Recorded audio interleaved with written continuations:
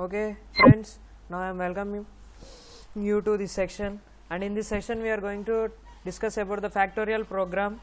And in this factorial program I am using the recursion technique to solve this factorial problem.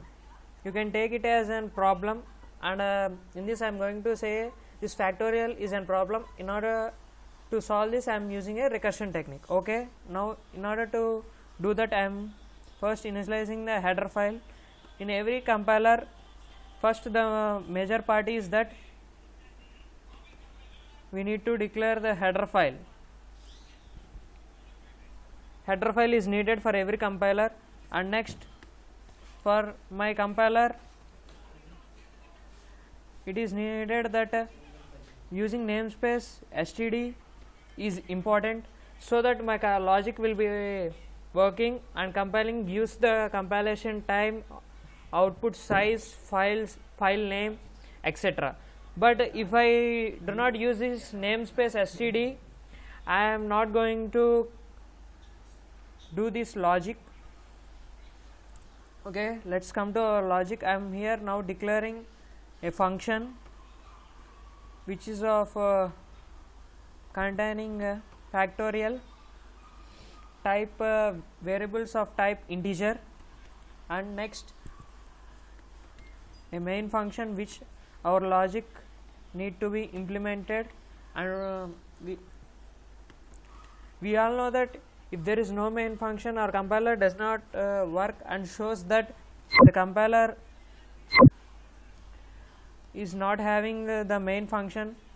And in order to compile you need to write the main function. It shows an error in the this kind of way, so that you need to have a main function for the execution of the program. It's a must.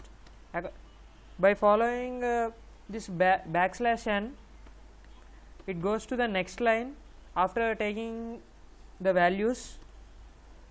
First I am taking the value of I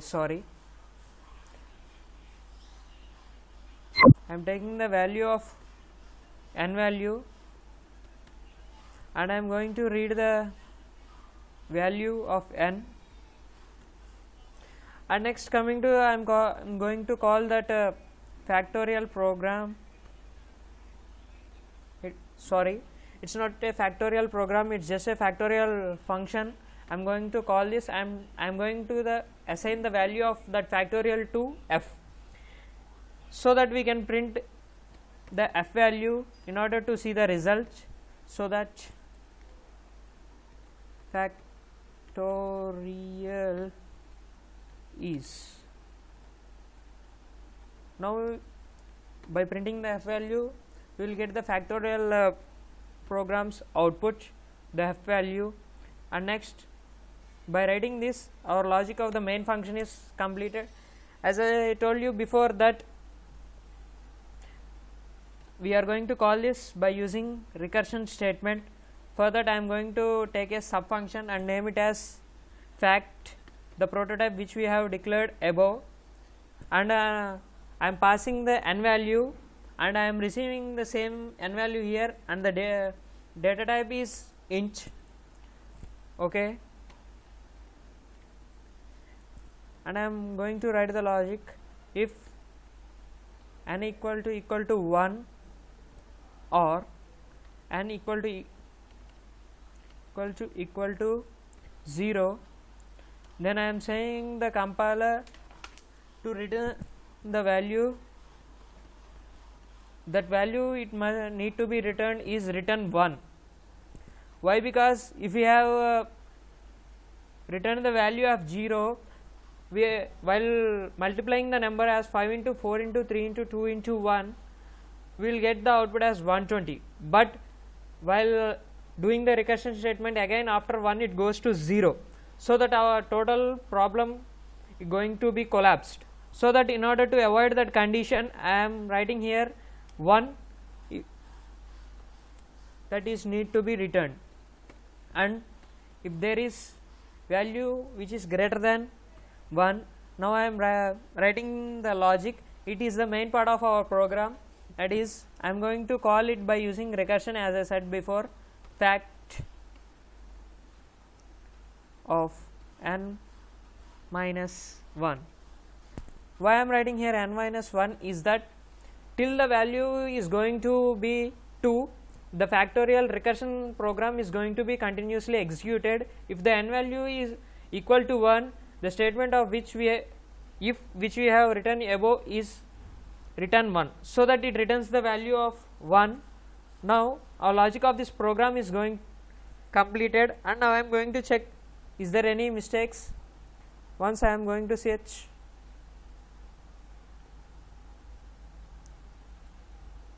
okay, I forgot here to give a return type, as I declared the main function data type as int,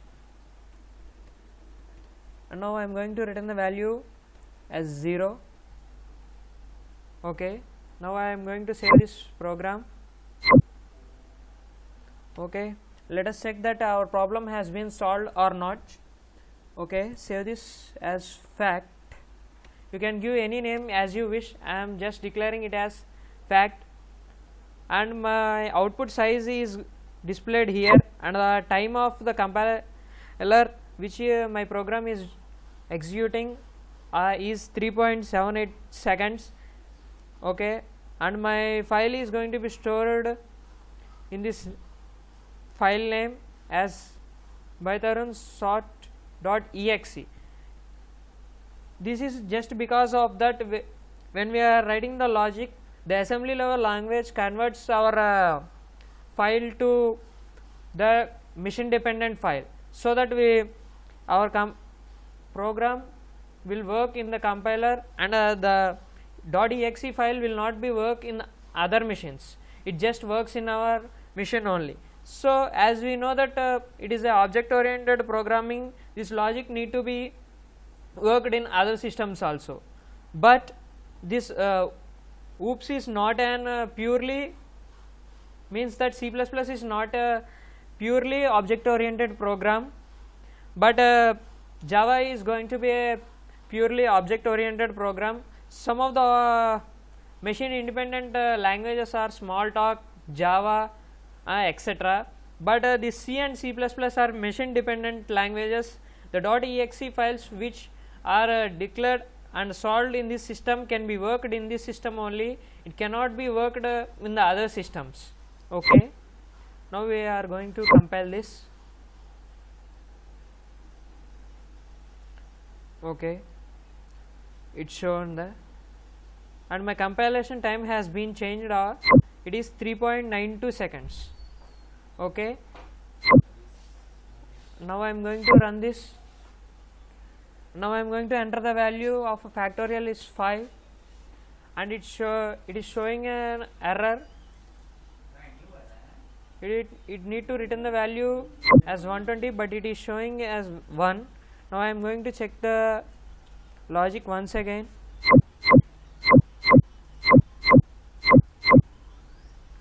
And into fact of n minus 1.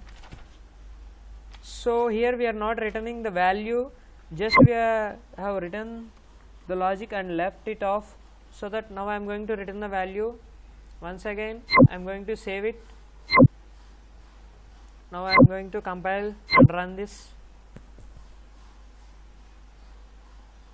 Okay, let me check it out.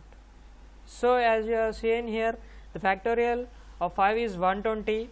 So by this our section is going to be ended here.